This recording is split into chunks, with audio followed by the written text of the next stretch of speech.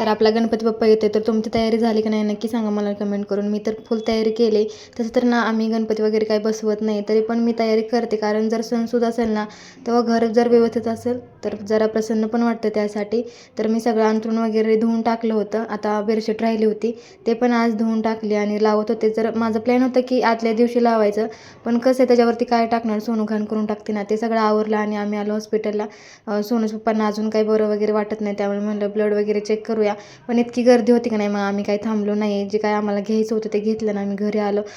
तर तुम्हाला रस्त्याने दिसतं, जिकडे बघाल तिकडे आपल्याला गणपती बाप्पाच्या मूर्त्या, सजावटीचं सामान हेच बघायला भेटेल आणि ते बघून मन इतकं प्रसन्न होतं ना, असं वाटतं की आपण पण गणपती बसवायला पाहिजे. तर हे मला म्हटलं आपण बसवूया का. तर ना 1 वर्ष बसवलं का 5 वर्ष बसवावं लागतं आणि त्याची सेवा होईल का नाही आपल्याला हे माहीत नाही. आणि ते सगळं माझ्या म्हणजे एकटीवरती पडणार आहे, कारण सोनूच्या पप्पाला आरती वगैरे काय म्हणता येत नाही. तर म्हटलं बघू आता कसं होतंय की नाही, काय ठरते तुम्हाला पुढे बघायला भेटेलच. तर घरी यायला भरपूर उशीर झालेला, आम्हाला 9 वाजल्या होत्या. हॉस्पिटलमध्येच उशीर झालेला. तर मी जेवण वगैरे बनवलं आणि बघत बसले होते मोबाईल. मला तर इतका कंटाळा आलेला, पण यांचं म्हणणं होतं थांब मला पिक्चर बघू दे, कारण रेंज एकदा गेलं कधी येईल सांगता येत नाही. तर चला बाय.